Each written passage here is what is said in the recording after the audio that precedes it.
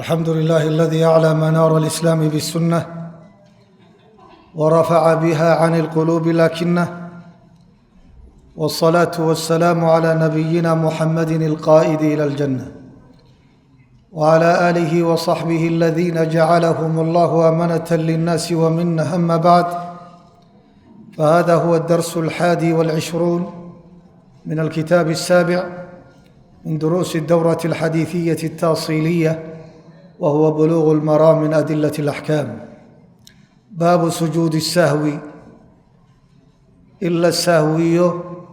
سجودي سبابك سوي يوحي راعيي سجود التلاوة هي سجود الشكر، ويضنا حديث تيدو كيردون. سجود السهو وسجود للسهو وسجود للتلاوة وسجود للشكر، إضافة بمعنى اللاموي، يعني سجود سببتي ستهي للسهويي إن إلهي لو بهد علينا أيو تلاوة الآخريي وسجود لي سجود أيو سأسألوا بشيء. وعن عبد الله بن بحينة رضي الله تعالى عنه أن النبي صلى الله عليه وسلم صلى بهم واتشيي الظهر، صلاة الظهر بوتشيي، فقام واستاغ النبي في الركعتين لبدي الركعات الأوليين هوري، ولم يجلس نبي مفريسا التحيات كده، فقام الناس معه ضدك والله كعب، حتى إذا قضى الصلاة صلاة مركو دميي وانتظر الناس ضدكنا أي سجين تسليمه سلام النقصيس، كبر نبي وتكبيرتي والحال هو جالس سقف الدية، وسجد وسجودي سجدتين لبس سجود قبل أن يسلم انتان سلام النقص، ثم سلم كدب سلام النقص. أخرجه السبعة، وهذا كان لفظ البخاري. وفي رواية مسلم وحكيم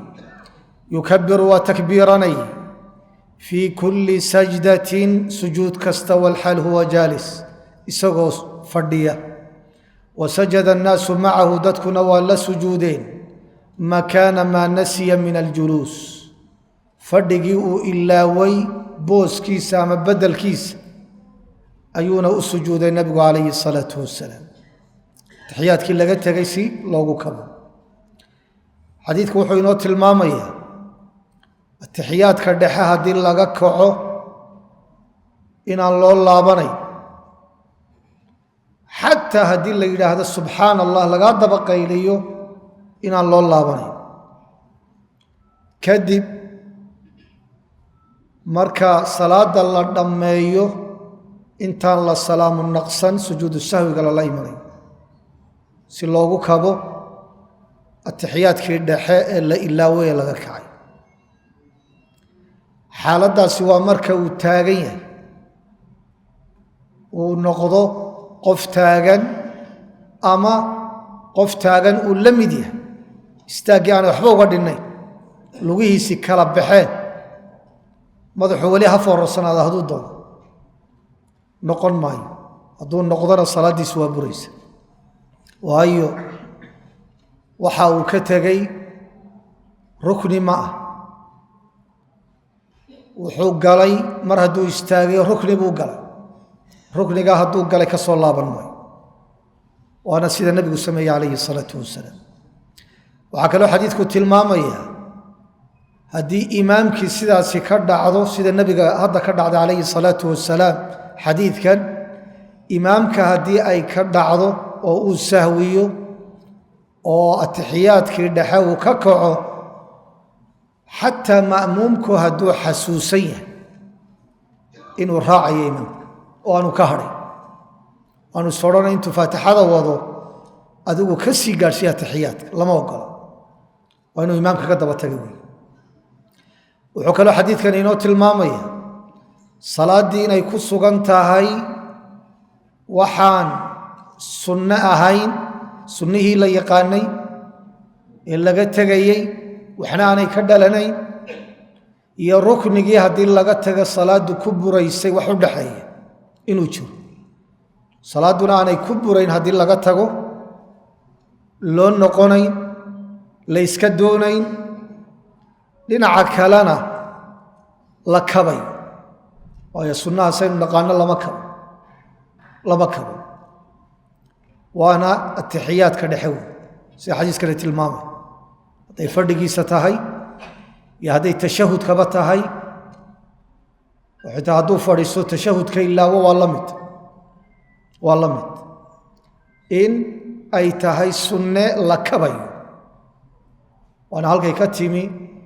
in salaada loo qaybiyo hay-aad iyo abcaad iyo arkaan hay-addu waa sunnayaashii kale aan la kabay abcaadduna waa kuwa lagu kabayo sujuudu sahwi sida kan oo kale iyo arkaan oo iyada xaal laba aan laga tegay haddii laga tagana salaaddu way burayso riwaayada muslim waxay inoo faa'iidaysay sujuud kasta allaahu akbar in la odhanayo labada sujuudood mid kasta in allaahu akbar lo odhanayo marka loo intiqaalayo iyo marka laga soo kacayaba وعن أبي هريرة رضي الله تعالى عنه قال وحو صلى النبي صلى الله عليه وسلم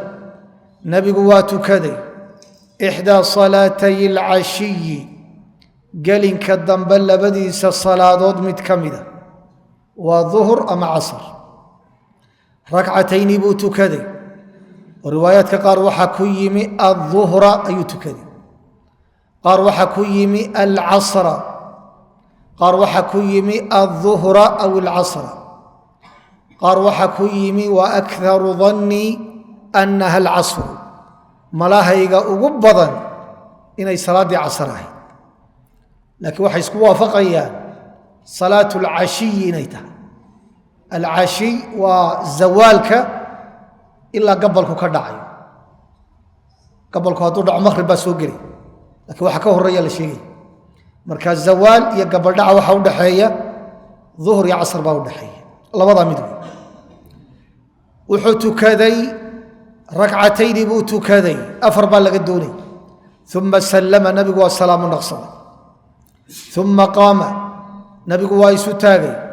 ila khashabatin looh oo fi muqaddam almasjid masjidka xaqiisa hore yaala si balaca yaala macruudatin في مقدمة المسجد بروايات كقاركوين مركا سيدي صفكوها أي أتالي فوضع وصار نبي يده قعنتيس عليها كركيدة وفي القوم جمعنا وحكوا السقنا أبو بكر وعمر فهاب ويهيب ديستين أن يكلماه إن الله أظلم بين نبي كهيب ديستين وخرج وابحر سرعان الناس ددكي دق سنانا وابحين ددك مركبة كبه بوضا سرعان الناس سرعان الناس نواب الناط لكن سرعان بافصح لابد باي لفتح ددكي دق سنانا وابحين كبه دي بيقاتين فقالوا وحيد هذه قصرت الصلاة صلاة ديبا لقابي أما قصرت الصلاة صلاة ديبا قابتي ونيسو تغيس ورجل يدعوه النبي صلى الله عليه وسلم نبي يارو يا صحابته يعني لو يقانو ذا اليدين ننكي لبدا قعمود وصاحبك سروايتك التي الماما يانو في يديه طول لبدي سقعمود دربك الصغنا يعني ذا اليدين وقعم ديروي فقال وحور يا رسول الله أنا سيت مياد اللود لبض الركعة ضوضيات كتكتي أم قصرت مسوى اللقابي وإلهي بقابي إلهي أفرتك دقي أي قابي وحكى له ضبضيه أم قصرت مسوى قابت وين يسوتقيه وحوي إلهي بقابي كدبنا maxay noqot wax gaaban bay noqot marka qusirat ilaahi ba gaabiyo qusirat ay qasaraha allah wey qasuratna way gaabatay markuu ilaahay gaabiyey dabadeed faqaala waxau ihi nabigu lam ansa ma ilaawin walam tuqsar lamana gaabin waxaa halkan loo qadarayaa fii danni sidaan u malaynay wailaa hadalka nabiga calayhi الsalaatu wasalaam iyo waaqica isdiiday waaqicu waa la wada arkayay labuu tukaday taa waa la ysku waafaqa sida riwaayadka ku arki doono marka markuu laba tukaday waxaa la isweydiiyey ama uu ilaaway ama salaadii baa laba laga dhigay oo waa la nasakhay afartii marka nebigu marka uu leeyahay mana ilaawin lamana gaabin hadalkaas waa in wax loo soo qadaro waa lagu khasbay haddii kale wuxuu noqonayaa hadal waaqica khilaafsan lam ansa maan ilaawin walam tuqsar lama gaabin fii danni malahay sidaan anigu aaminsanahay ay la tahay faqaala waxau ihi dulyadayn balahaa qad nasiita waad ilowda yacnii markuu ka hubsaday inaan la gaabin oo nebigu uhi salaadu maye waa sideedii markaasuu isna go'aamiyey oo uu yihi haddaba waad ilowda labaad tukatay halkaad afar ka tukan lahayd fasallaa nabigu waa tukaday ragcatayni buu tukaday labadii maqnaaya uma sallama waa salaamu naqsaday uma kabara waa takbiirta fasajada waa sujuuda mila sujuudihi sujuuddii salaada oo kale aw aطwala ama mid ka dheer uma rafaca ra'sahu madaxiisu kor u qaaday fakabara waa takbiirta uma wadaca waa dhigay ra'sahu madaxiisa fakabara waa takbiirta fasajada waa sujuuda mila sujuudihi sujuuddiisii oo kale mid la mida aw aطwala ama mid ka dheer uma rafaca ra'sahu madaxiisu kor u qaaday wakabara waa takbiirta muttafaqu calayh wاllafdu lilbukhaari wa fii riwaayati limuslim waxaa ku yimi salaata alcasri buu tukaday nebigu waliabi daawuud waxaa u sugnaaday faqaala waxau nabigu calayhi الsalaatu wasalaam asadaqa dulyadayn ma run buu sheegay oo hadalkaa uu sheegayaa inaan laba tukaday ma runba fa awmahu waa tilmaameen ay nacam haa waa sidaa uu sheegay wa hiya lafdigaasina ama riwaayadaasi fii صaxiixayni bay ku timi inuu nebigu saxaabadii weydiiyey laakiin hase yeeshee bilafdi faqaaluu waxay ku hadleen may tilmaamin wa fii riwaayati lahu waxaa ku yimi walam yasjud ma sujuudin nebigu calayhi الsalaaةu wasalaam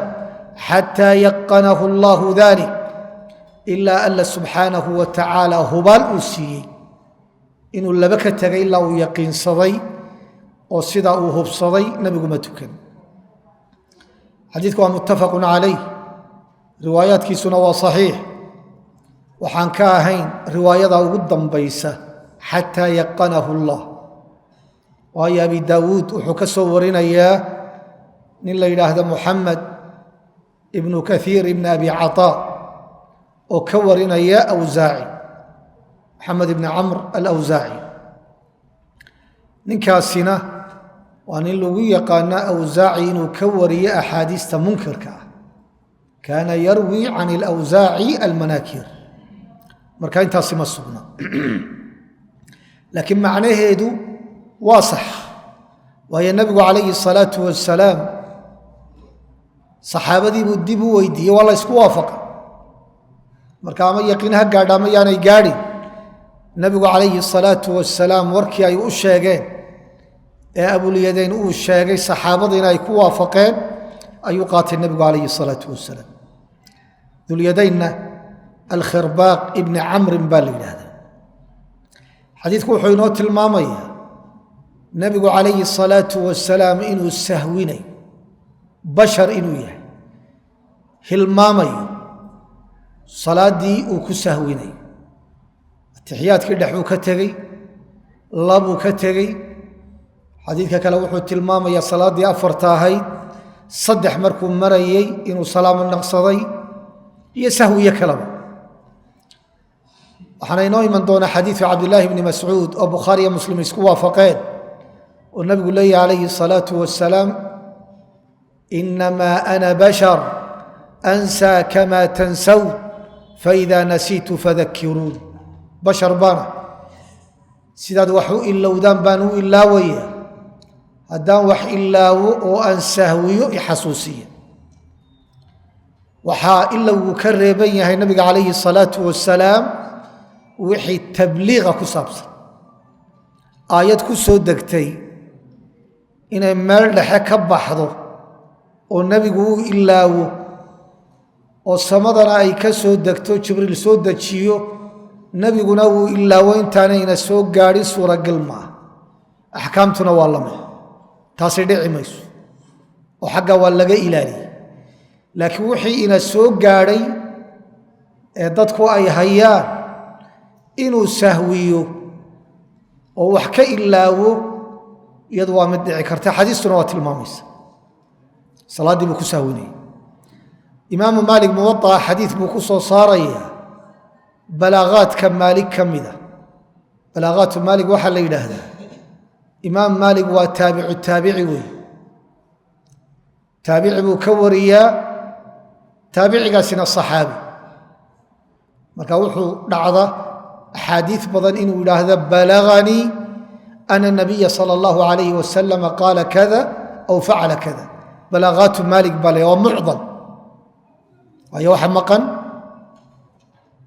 taabiciintu isaga wax ka wariya saxaaba ma soo gaadhin taabicina waa maqanya saxaabina waa maqanya iyo wixii ka sii badan balaaqaadka imaam maalik waxaa ku yimi inuu yihi nabigu calayhi الsalaaةu wasalaam inii laa ansa walaakin unasa liasun anigu waxbaba ma ilaawo laakiin ilaahay baa wax ii ilowsiiya iyadoo ujeeddadu ay tahay axkaamtii ilowga ka dhalanaysa inaan u jidayn laakiin taa waxaa khilaafaya xadiidkan inoo iman doona inamaa ana bashar ansa sababtuu u ilaawayaa maaha inuu wax jideeyo wuxuu u ilaawayaa inuu bashar yahay oo dadku siday wax u ilaawaan inuu ilaaway marka xadiidkaasina ma sugna waxay ku tilmaameen balaaqaadka maalig ee loo waayey sanad loo waayey 4 balaaq ayuu ka mid yahay oo bilaa sanada balaaqaasu loo hayo mawsuul aan loo helin ma sugna nebigu markaa wax waa ilaawaya sahwiguna waa ka dhacaya masalada labaad qofku salaadiisu aan dhammaystirmin hadduu ka salaamu naqsado kadibna uu ogaado ama loo sheego salaaddii inay dhiman tahay oo uu dhammaystiro middii ama labadii uu ka tegay uu dhammaystiro waxa weeye uu atixiyaadsanayaa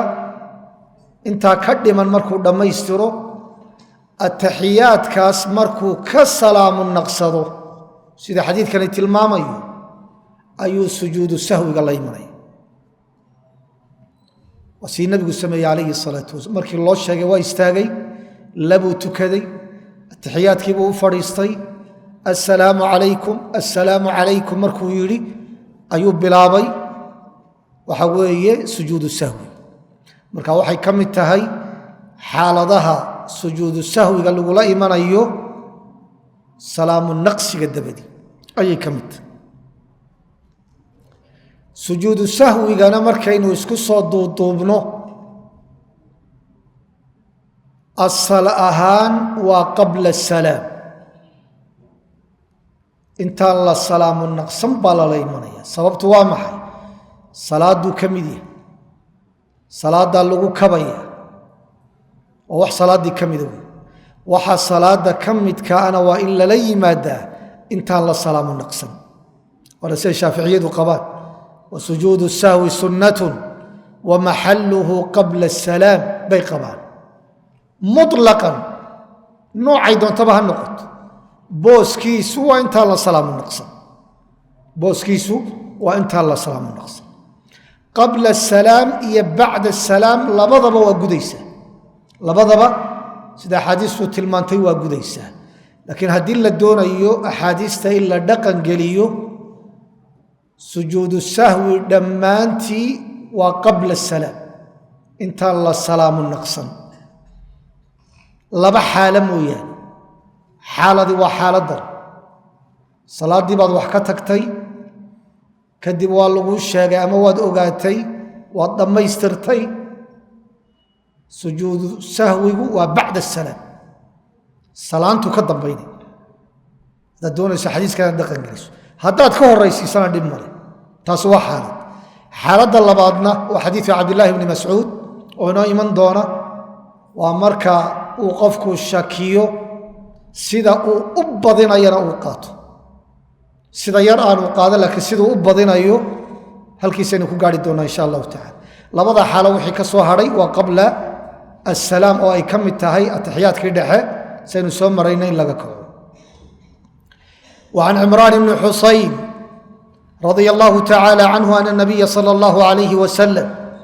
صلى بهم واتجيه صحابه فسهى وسهوي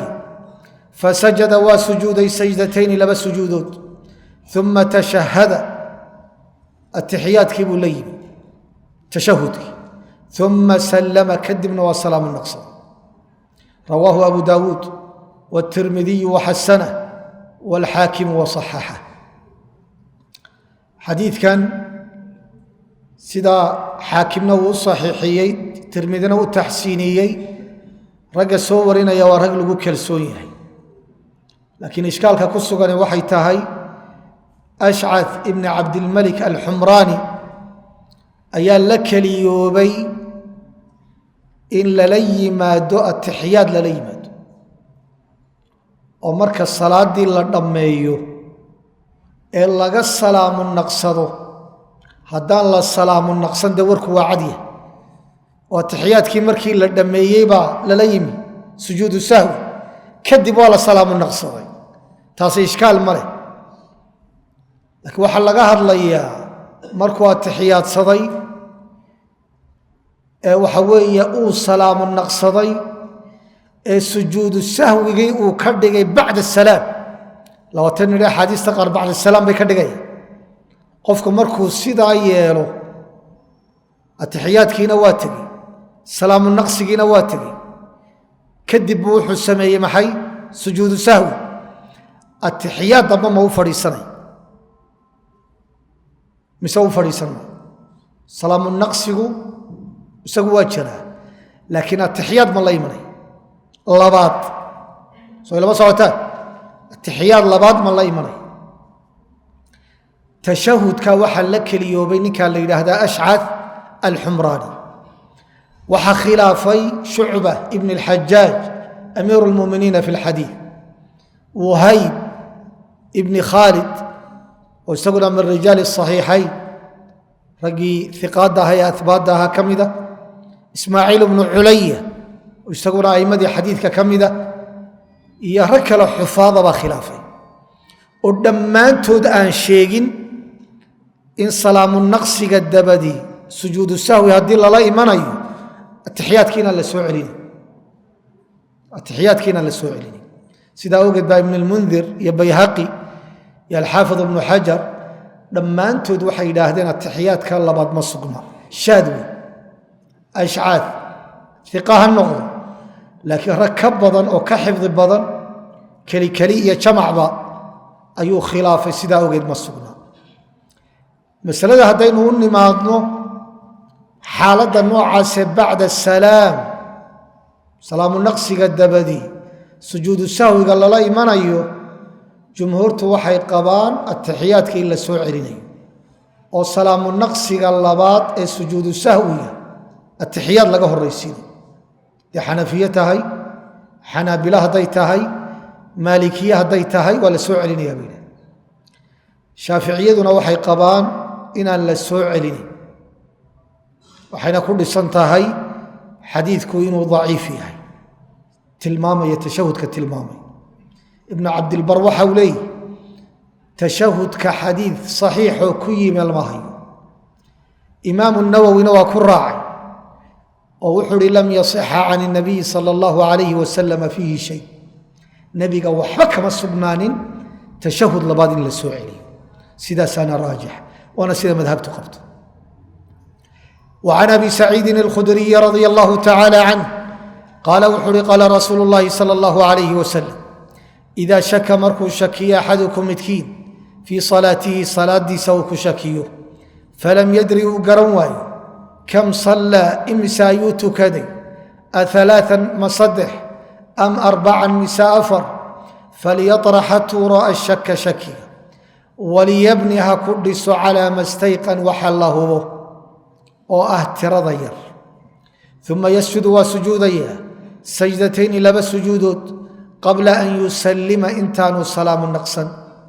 fain kaana haddii uu yahay sallaa mid tukaday 5 5 dheeraad meesha uu yaallo shafacnaa lahu dhaban bay uga dhigayaan salaatahu salaadiisii tiro isleeg ayay sujuuddaasi uga dhigaysa oo waxaa weeye 4 iyo 5 buu isku qabtay dabadeedna 3 iyo 4 buu isku qabtay 3 iyo 4 ayuu isku qabtay wuxuu qaatay kii yaraa buu qaatay oo 3 ah laakiin xaqiiqadu waxay ahayd ilaa uu shakisanaana inay u dhan tahay ayay ahayd. marka 4tiisoo u dhan ayuu wuxuu la yimi maxay mid 5aad buu la yimi. sujuudu sahwigaasi tiradiibuu tiro isle ka dhigaya oo 6 bay noqonaysa mid 6aad baa laga soo qaaday. markaa salaaddii 4ta ahayd waxaa noqonaysaa inay 6 noqoto waayo tiradu waxay ahayd 4 bay ahayd tiro isleeg bay ahayd tiro isleeg bay noqonaysa sujuuddaana u kabaysa. wain kaana haddii uu yahay sallaa mid tukaday tamaaman dhammaystir oo 3 bay ahayd 2 ka dabageeyey yaraantii buu qaatay sidaasay salaaddiisii ugu dhammaystirnaatay. kaanataa labada sujuudood waa ahaanayaan targhiiman dullayn lishayطaani shayطaanka lagu dullaynayo rawaahu muslim waayo waswaaska iyo shakiga isagaa keenay isagaa lagu aamusiinaya. xadiidku wuxuu inoo tilmaamayaa xaalad ka mida xaaladaha sujuudu sahwi waa xaaladda qofku uu shakiyo shakigaa 2 ka soo baxaysaa shakigaasi haddaanay kala xoog badnayn oo labada dhinac ay siman yihiin wuxuu qaadanayaa ta la hubo. wuxuu isku qabtay salaaddii duhur ma 3 baa tukatay mise 4 baa tukatay 4 baa tukatay waa 3 iyo dheeraad laga shakisan yahay 3 baa tukatayna waa 3 marka waxa la hubaa inuu 3 tukaday laakiin wuxuu isku hayaa ma 3 keliya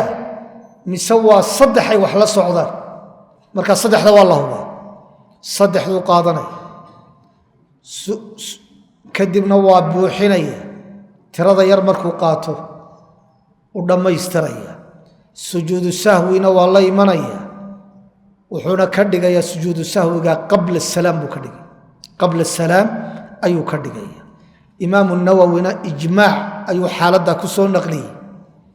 in waxa weeye qabla salaam laga dhigayo sidaana loola imanayo waa xaaladdaa shakiga. وعن ابن مسعوud رضي الله تعالى عنه قال wuxuu uhi صلى waa tukaday rasuulu الlahi صلى الله عليه وسلم فلما سلma markuu tasliimsaday ee salaaddii uu ka baxay qiila lahu waxaa lagu uhi ya rasuul الlah أxadaثa miyuu ku soo kordhay fii salaatii salaaddii shayun shay ma waxbaa ku soo cusboonaaday salaaddii qaala wuxuu uhi nabigu wamaa dalik oo taasi maxay ahayd yacni su-aashu xaggay ka timi qaaluu waxay yidhaahdeen sallayta waxaa tukatay kada sidaasaa tukatay riwaayo kalaa caddaysayoo sallayta 5 5 baa tukatay qaala wuxuu uhi fahanaa waa laabay rijlayhi labadiisa lugood wastaqbala waa qaabilay alqiblata qiblada ayuu qaabilay fasajada waa sujuuday sajdatayni 2 sujuudood uma sallama kadib waa salaamu naqsaday uma aqbala calayna kadib nabigu waana soo qaabilay biwajhihi wajhigiis faqaala wuxuu uhi nabigu inahu shaani low xadaa hadduu ku soo kordhi lahaa fi salaati salaada dhexdeeda shayun shay amba'tukum bihi waan idiin sheegi lahaa oo warkiisaan idin siin lahaa walaakin hase yeeshee inamaa ana bashar in kalaba maaha bini aadam baan ah ansaa waan ilaawaa kamaa tansawna sidaad wax u ilowdaan faidaa nasiitu markaan ilaawo fadakiruunii ixasuusiya waidaa shaka markuu shakiya axadukum midkiin fii salaatihi salaadiis falyataxaraa ha ku dadaalo alsawaaba sida sawaabka ah sida saxda ha ku dadaalo yacnii ha ku ijtihaado falyutima calayhi ha ku dhammaystiro sidaa uu ku dadaalay uma liyasjud ha sujuudo sajdatayni laba sujuudood muttafaqu calayh wa fii riwaayati lilbukhaariyi waxaa ku yimi falyutima ha dhammaystiro salaadii uma yusallim kadib waa salaamu naqsanaya uma yasjud waa sujuudaya liyasjud ha sujuudo walimuslim waxaa u sugnaatay ana nabiya sala allahu calayhi wasalam sajada waa sujuuday sajdatay sahwi sahwiga labadiisii sujuudood bacda asalaami salaamu naqsiga dabadi iyo walkalaami intuu hadlay dabadi ayuu la yimi xadiidkan wuxuu tilmaamayaa qofku haddii salaada uu ziyaado geliyo waxay ahayd salaaddii subax laba inuu tukado saddex buu tukaday oo markii dambe ay u caddaatay inuu saddex tukaday ama waa loo sheeg wuxuu la imanayaa sujuudu sahwi buu la imanaya salaada dhexdeeda hadduu ku jiro iyada dib buu uga laabanaya salaaddii subax labuu dhammeeyey dabeedna tii saddexaad isagoo ku jiruu ogaaday inay mid saddexaad tahay salaaddii subax halka uu joogo ayuu ka laabanaya halka uu joogo ayuu ka laabanaya sujuudu sahwigana waa la imanayaa intaanu salaamu naqsan sidaasay salaaddiisu ay ku dhantay laakiin haddii uu salaaddii ka baxay oo salaamu naqsi dabadi uu ogaado ama loo sheego ciduu ku kalsoon yahay ay u sheegto sidaa nabigu sameeyey buu samaynaya sujuudu sahwigii ayuu la imanaya sujuudu sahwigii ayuu la imanaya xaaladdaasi waa xaaladdaas dabcan sujuudu sahwigaasina wuxuu imanayaa ila salaaddii baabuu ka baxa waa ka dabatuur bacda asalaam buu noqonaya si kale ku suurtoobi mayso oo iyadu qaطcan waa bacda asalaam waayo markuu salaamu naqsaday buu ogaaday sujuudu sahwi buu ka dabageliyey kadibna waa ka salaamu naqsanay wuxuu kaloo tilmaamay xadiidku masaladii kale aynu sheegnay ee ahayd xadiidu abi saciid ee muslim ku yimi aynu hadda soo maraynay waa markuu shakiyo dhinacna aanu u badinayn oo uu shakigaa ku socdo yaqiinta oo tirada yarna uu qaato sujuudu sahwigiisu waa qabla asalaam xadiidu abi saciid baa sheegay xadiidkan cabdilaahi bni mascuudna wuxuu inoo tilmaamay waidaa shakka fii salaatihi falyataxara asawaab waxaa looga jeedaa siduu u badinayo ee malihiisuu u badan yahay ama la xoog badan ayuu qaadanaya tii hore labaduba waa siman yihiin ma saddexba mise waa afar laakiin tan wuxuu haystaa labada mid wax xoog badnaysiinaya maxaa ka mida waxaa ka mida 5 wada socday oo gaadhiga ka soo wada degay baa salaaddii ku xidhay marka mid ka mida baa shakiyey markuu imaamkii salaamu naqsaday ama salaamu naqsanayay isagu wuxuu u haystay inay salaaddii ka soo wada gaadheen marka wuxuu doonayaa imaamka inuu la salaamu naqsado ama waaba la salaamu naqsadayba shakina waa ku jira yaqiin maaha hadduu yaqiin hayo yaqiintiisuu qaadanay xaaladda uu hubo cidna u joojin maayo laakiin shakina waa galay dabeedna wuxuu arkay shantii ninay wada socdeen ay mar salaada wada galeen oo uu hubo inay wada galeen oo dhammaantood wada kacay marka haddee shakigiisu wuxuu u badnaanayaa ama la xoog badnaanaysa raggii damay kala hadhin dhammaantood way wada kaceen isna inuu salaamu naqsaduu doonay uuna isla maqan yihin war ma hayo wuu shakisan yihi malaha haalibkaahi wuxuu noqonayaa inuu kaco oo waxa weeye ay wax ka dhimayiin markuu sidaas sameeyo ee mala haaliba uu qaato ama ay cagsigaba noqoto intii badnayd baa salaamu naqsanaya intii badnayd baa fadhiistay keligii baa doonaya inuu kaco is yidhi waxbaa kaa dhimay shakina waa ku jira tii yarayd hadduu qaato de waa xadiiu abi saciid laakiin hadduu qaato sida maluhu u badan yahay ama naftiisu ha u badiso ama waxyaabo kale ha isu geegeeyo malihiisu xagga uu u bato hadduu qaato ha yaraato ama ha badato sujuudu sahwiga wuxuu ka dhigayaa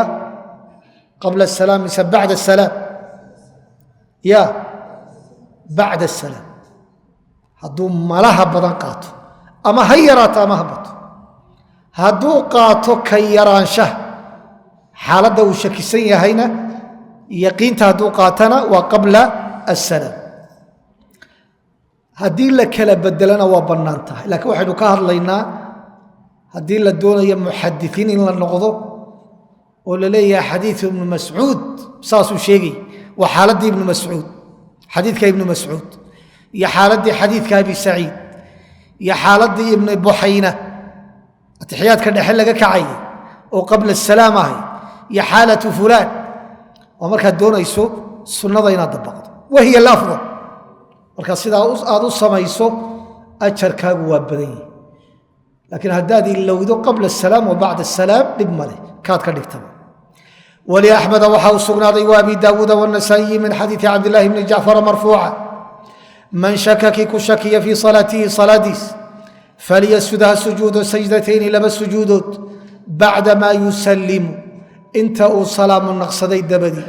waصaxaxahu bnu khusayma xadiidkanna meel kaluu ka baxa oo waxa uu leeyahay hadduu shakiyaba ama dhinac ha u badato ama ha isleekaato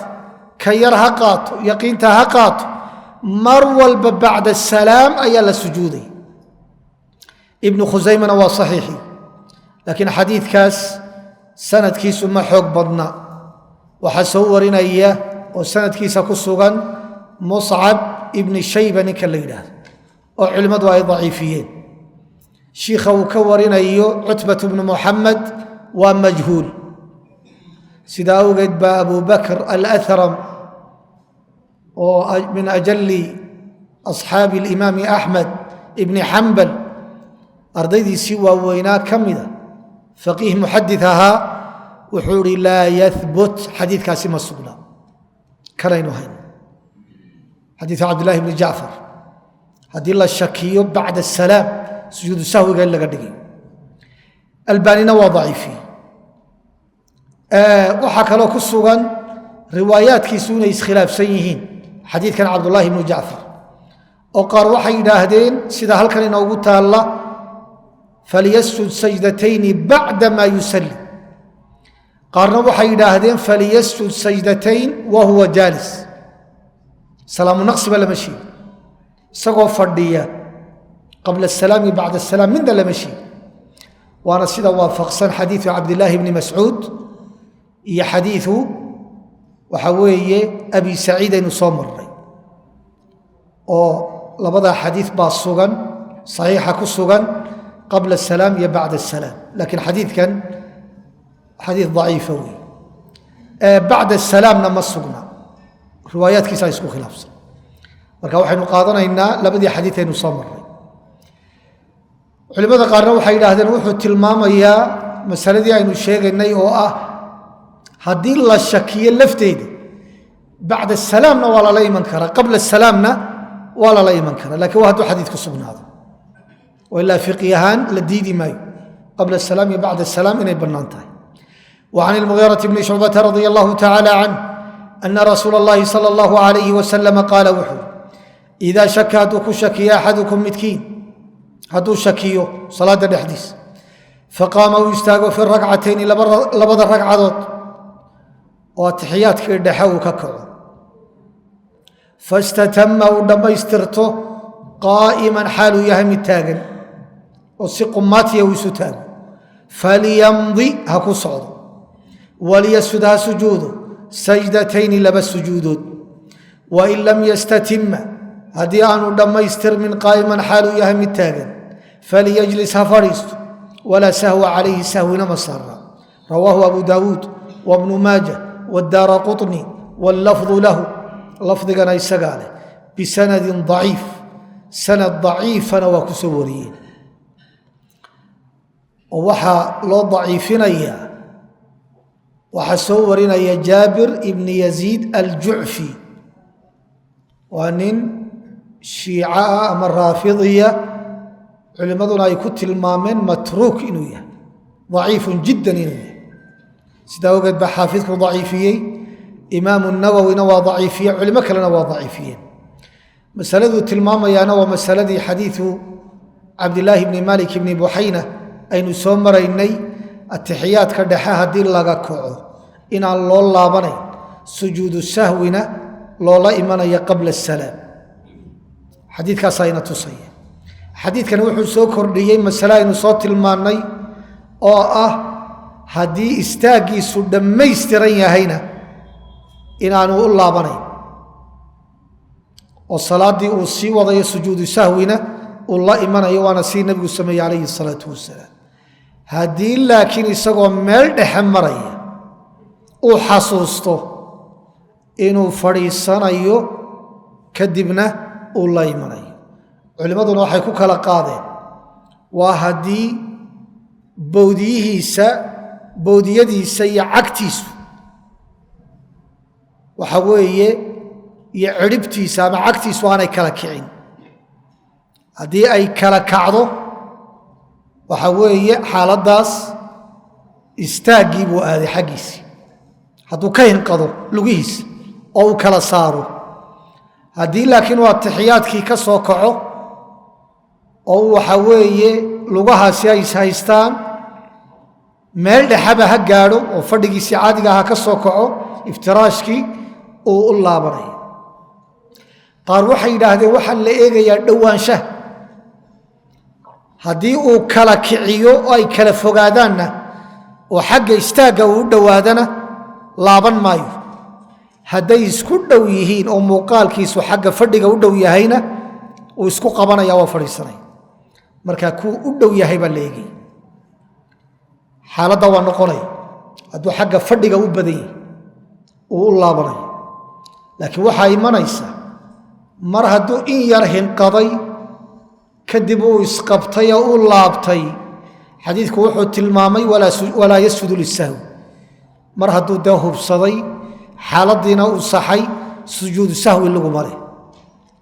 culimmada qaar baa sidaa qaba culimmada qaarna waxay yidhaahdeen maya mar walba sujuudu sahwiga waa laga doonayay xataa hadduu laabto shakigaa uu shakiyey iyo ficilkaa uu gudagalay ayuu u sujuuday sida xoogga badanna mar hadduu meel dhow ka soo laabtay oo fadhiga uu u dhowaa sujuudu sahwi laga dooni maayo laakiin xadiidku waa daciif وعن عمر رضي الله تعالى عنه عن النبي صلى الله عليه وسلم قال وحو ليس ماهن على من خلف الإمام إمامك عدي كدم بيسي كدبت كنيسي سهو ما أهان أو مصارنا فإن سهل الإمام إمامك هدو سهوي فعليه كركي سايسارين أي سهوي قاس يعني وحي كدلني وعلى من خلفه يعدي كدم بيسي حتى هداني سهوي رواه البزار والبيهقي bisanadi ضaciif waayo waxaa soo warinaya khaarijatu bnu muscab oo ah daciif ama matruuk ah xaaladiisu adag tahay wuxuu ka warinayaa abilxusein almadini oo isaguna majhuula ayuu ka warinaya marka xadiidku ma sugna masaladuu tilmaamaya waxay tahay masalo jumhuuru ahli lcilmi ay qabaan ijmaacna lagu sheegay inay ijmaac tahay oo ah ma'muumku haddii uu sahwiyo imaamkaa ka qaaday oo imaam baad ku xidhatay oo aad la tukanaysaa imaamkiina waad la bilowday salaadii markuu salaamu naqsanayey adigu waxaad u haysataa salaaddii inay wax ka dhiman yihiin laakiin waad shakisantaha sahwigaa imaamkaa kaa qaaday sujuudu sahwina lagaa dooni maayo sujuudu sahwina lagaa dooni maayo waa haddaad salaaddii la bilowdo ma saddexba ma afarba mar haddaad ma'muum tahay waad la dhammaysanaysa sujuudu sahwina la iman maysid waad la salaamu naqsanaysa wuxuu kaloo xadiisku tilmaamay haddii adigu aadan sahwiyin waxaagu waa kuu cadiyi laakiin imaamkiibaa sahwiyey waad la dhammaysanaysaa sujuudu sahwigana waad la tukanaysaa ka hadhi maysid sujuudu sahwigaasi adoo aan shakin buu waajib kugu yahay ayuu waajib kugu yahay labadaa masalo ayuu xadiidku inoo tilmaamay waxaynu ka dabageynaynaa imaamkii haddii salaaddii aad wax ka soo gaadhay oo masbuuq aad tahay wax ku dhaafeen waxa weeye xidhashadii waxay ku dhammaanaysaa salaamu naqsigiisa duhurkii baad laba ka soo gaadhay wuu salaamu naqsaday imaamkii labaad u kacday xaaladda noocaasa sujuudu sahwi waad la imanaysa wixii shakiye kugu yimaada shakigaas wuxuu noqon karaa waar imaamkii mid baad la tukatay maye labaad la tukatay ama waad hubtaa inaad laba la tukatay labadii ka dambeeye baad ku shakiday ma laba dambaad la timi mise mid dambe soo lama socotaan ama shakigaasi ha ku saabsanaado intii aad imaamka la tukatay ama ha ku saabsanaaday intii ka dambaysay xaaladda noocaasa salaadaada adaa u madax bannaan imaamku markuu idhi salaamu calaykum waad kala dhammaateen wa tanqadii qudwatun bisalaami imaamihi bay shaaficiyadu yidhaahdeen qudwa waxay ku dhammaatay imaamkiisu markuu salaamu naqsaday marka xaaladda waa lala imanaya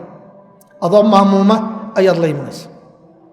وعن ثوبان رضي الله تعالى عنه عن النبي صلى الله عليه وسلم قال وxuu لكل sahو kasta sajdataani laba sujuudood buu leeyahay oo bacda maa yusalimu intuu salaamu naqsaday dabadii ah rawaahu abu daawuud وبن maaja bisanadi ضaciif waxaa loo daciifinaya زuhayr ibni salim alcansi ayaa soo warinaya oo صaxaabiga ka soo warinaya sanadkiisa ilaa laga gaarhaya thawbaan radia allahu tacaala canh sidaa awgeed xaafid ibnu xajar halkan waa ku daciifiyey bayhaqi nawowi cabdulxaq alishbiili iyo culimo kaleba waa daciifiyeen xadiidku wuxuu tilmaamayaa marka muuqaalkiisa iyo daahirkiisa la eego sahwi kasta laba sujuudood baa loola imanaya marka haddaad maalan keligaa tukanayso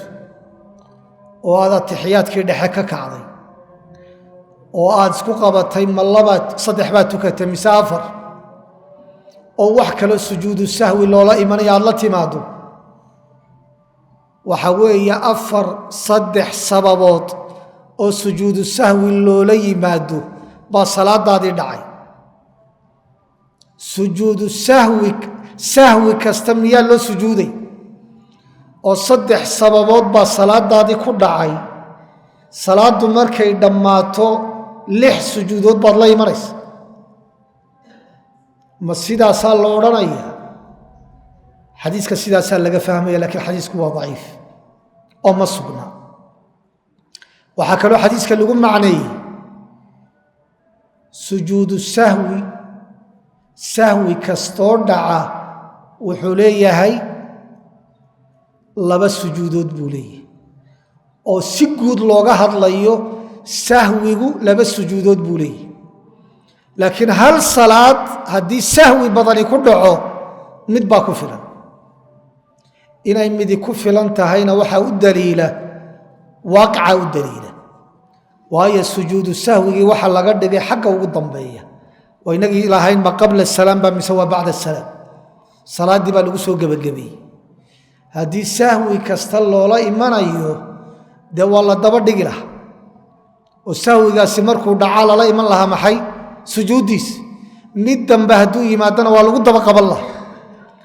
laakiin mar haddii xagga dambe laysugu geeyey macnaheedu sababuhuba ha bataan hal mid baa ku filan hal sujuud ayaa ku filan oo sida jamaahiiru ahlicilmi ay qabaan وعن أبي هريرة رضي الله تعالى عنه قال وحوري سجدنا ولا سجودني مع رسول الله صلى الله عليه وسلم في إذا السماء انشقت وقرأ باسم ربك الذي خلق سورة الانشقاق هي سورة العلق أيان النبي قال لا سجودني سجود آخرسك سجود التلاوة رواه مسلم حديث كوحو تلمامية أما الصلاة دحديدة هالنقطة أما بنان كيدا هالنقطة سجودها اللي يقانو سورة الانشقاق إذا السماء انشقت هي سورة العلق اقرأ باسم ربك الذي خلق يو النجم هي سورة ذها اللمت كسورة الحج يكون اللمت كسوغا إن وحوي اللو السجود أيو نبينا السجود عليه الصلاة والسلام حكم كذن وانوي من دونا إن السنة هاي وعن ابن عباس رضي الله تعالى عنهما قال وحود صاد سجود الصاد كسوغني ليست معها من عزائم السجود سجودها لا أتكيي إن لغو سجود كما منها فاستغفر ربه وخر راكعا وأناب مركي النبي داود لقهد وحوري وقد رأيت ونارك رسول الله صلى الله عليه وسلم يسجد فيها يسوى كالسجودية رواه البخاري حديث كان وحو تلمامية إني مشروع تهي إن لغو سجود كسوغان سورة صاد إن لغو سجود سنة إني باقته وحوية لسجودي لكن سجودها كالسيدي مؤكد كويه سنة نمدو ذا اللو أتكيه تصاد لو ما أتكين سببت نوام محي سببت وحي تهي نبي داود أيا سجودي والتوبة إلهي والتوبة كان يو سجودي نبي محمد عليه الصلاة والسلام مهد علين إن إلهي توبة دي كأقبلي إننا أين كن راعينه أيا له سجود marka sujuud shukri bay xagga ka xisaabsanta marka sidaasan loo adkay sajadaha daawud tawbatan buri nabi alayhi salatu wassalam wa nasjuduha shukran nabi daawud tawbad buu sujuuday inaguna mahad cilin baynu sujuudayna laakiin culimadu waxay isweydiiyeen salaada dhexdeeda hadii la akhriyo ma lagu sujuudayaa mise lagu sujuudi maayo waxayna ku salaysan tahay ما سجود تلاوة با مسوى سجود شكر سجود شكر صلاة الدحديد اللي ما سجوده ود صلاة الدحديد هذا حصوصة النعمة وصو عصبوناتي صلاة الدحديد سجود الدعميس بنان كان مهد علين تلو سجوده شافعية وحيلي وسجود مهد علين سيدا حديث كنت المامي sidaa ogeed salaada dhexdeeda lagu sujuudi maayo jumhuurtuna waxay leeyihiin xanafiya iyo maalikiya iyo qowl shaaficiyadu ay leeyihiin iyo xanaabiladu waxa weeye waa lagu sujuudaya waa sujuudu tilaawa nabiguna waa ku sujuuday dadkuna waa inay ku sujuudaan sidaasana raajix وعنه رضي الله تعالى عنه وابن عباس أن النبي صلى الله عليه وسلم سجد وكسجوده بالنجم سورة والنجم سجود ديده رواه البخاري وعن زيد بن ثابت رضي الله عنه قال وxuu hi قرأت waan ku akhriyey على النبي صلى الله عليه وسلم النجم سورة النجم فلم يسجد فيها kuma sujuudin متفق عليه labadan xadiiث waxay tilmaamayaan nabigu calayhi الصلاaةu وaسلاam والنجmi inuu ku sujuuday oo intuu nabigu akhriyay calayhi الصلاaةu وaسلاam inuu sujuudii la yimi xadiidka kalena wuxuu tilmaamayaa zayd bnu haabit zayd inuu ku dul akhriyey nebiguna uu mustamic ahaa oo u dhegaysanayay oo nebigu aanu sujuudin marka midna waa lagu sujuuday midna laguma sujuudin culimmadu waxay isu waafajiyeen sujuuddu inay sunno tahay marka marna waa lagu sujuudaya marna waa la iska daynaya haddaad sujuuddana ajar baad leedahay haddaad sujuudi weydana waxa weeye ajar ma lihid maadaamaadan la iman laakiin waxba kuma saarno culimmada qaar waxay isu waafajiyeen sidaasi waa sida xoogga badan wey waayo sujuuddu waa sunna wey culimmada qaar waxay yidhaahdeen xadiidkan dambe ka hore nebiga akhriyayey uuna sujuuday nebigu calayhi salaatu wasalaam ka dambe nebigu waa dhegaysanayey mustamic buu ah zayd bnu haabitna qaari buu ah marka ninkii qaarigaabaa asala oo imaam ka dhigan qaarigu hadduu sujuudana waad la sujuudaysa hadduu iska daayana dhegaysigaad wadaysa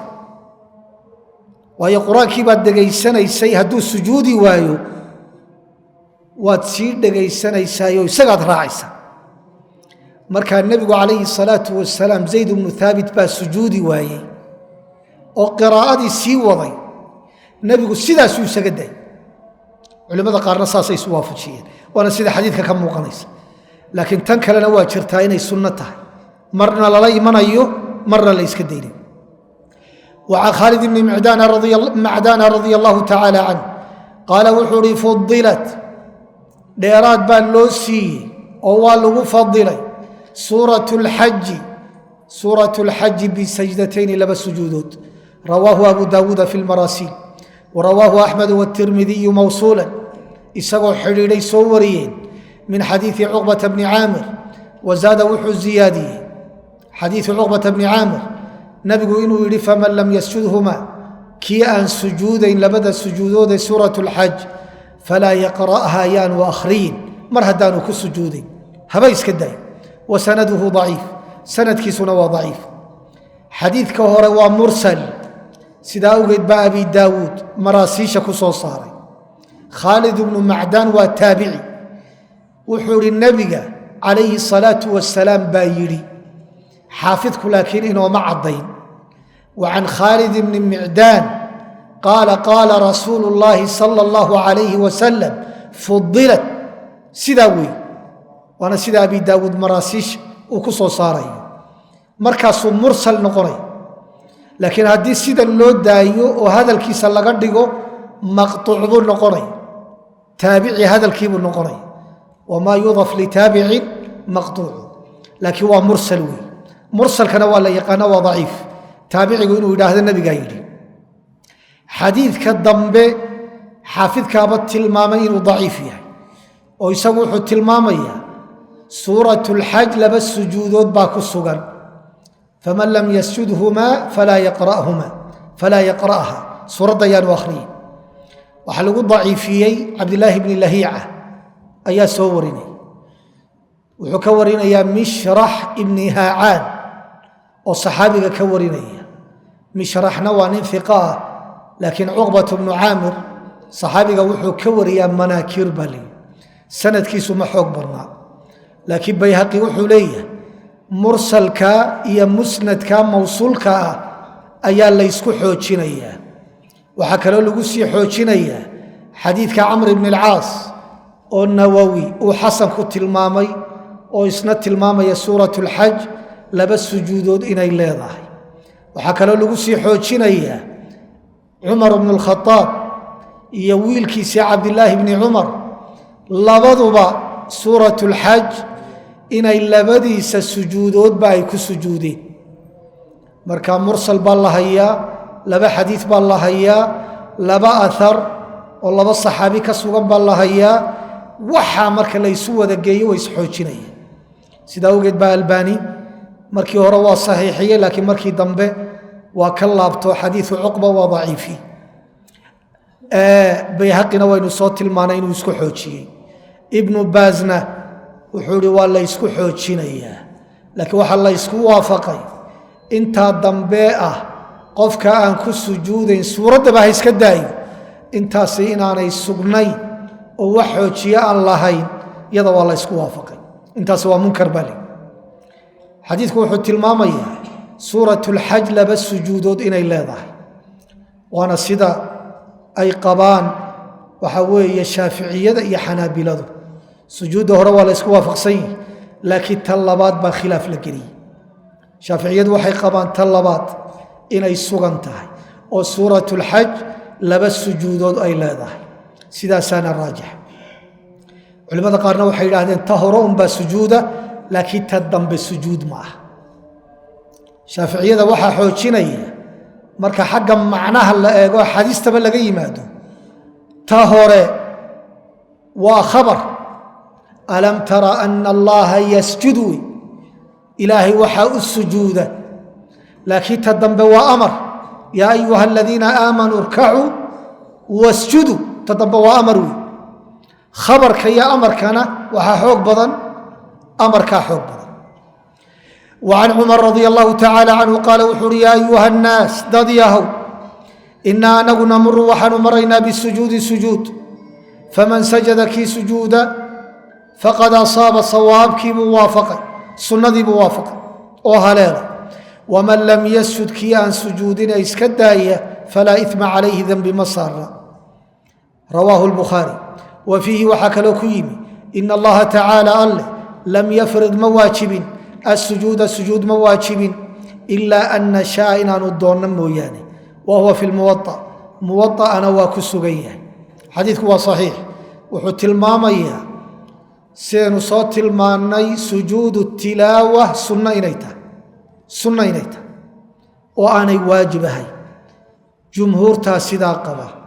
xanafiyadu waxay leeyihiin waa waajib waayo xadiidka muslim wuxuu tilmaamayaa umira bnu aadama bisujuud markuu qur-aanka akhriyayo sujuud baa la amray fasajad falahu ljanna wa abaytu faliya naar aniguna waan diiday oo naar baa ii sugnaatay amarkuna waajibnimuu keenaa bay yidhahdeen laakiin xadiidkan cumar oo saxaabada ugu khudbadeeyey cidina aanay ku khilaafin xadiidu zayd bni haabit aynu soo marnay bukhaariya muslim oo nabigu aanu suuratu najmi aanu ku sujuudin waxaasoo dhan waxay tilmaamayaan inaanay waajib ahayn salaada gudaheeda iyo bannaankeeda labadaba inay sunno tahay sidaasaana raajixa halka maanta inoogu joogo wallahu aclam sala allahu wasalam calaa nabiyina muxamed waaalihi wasaxbihi wasalam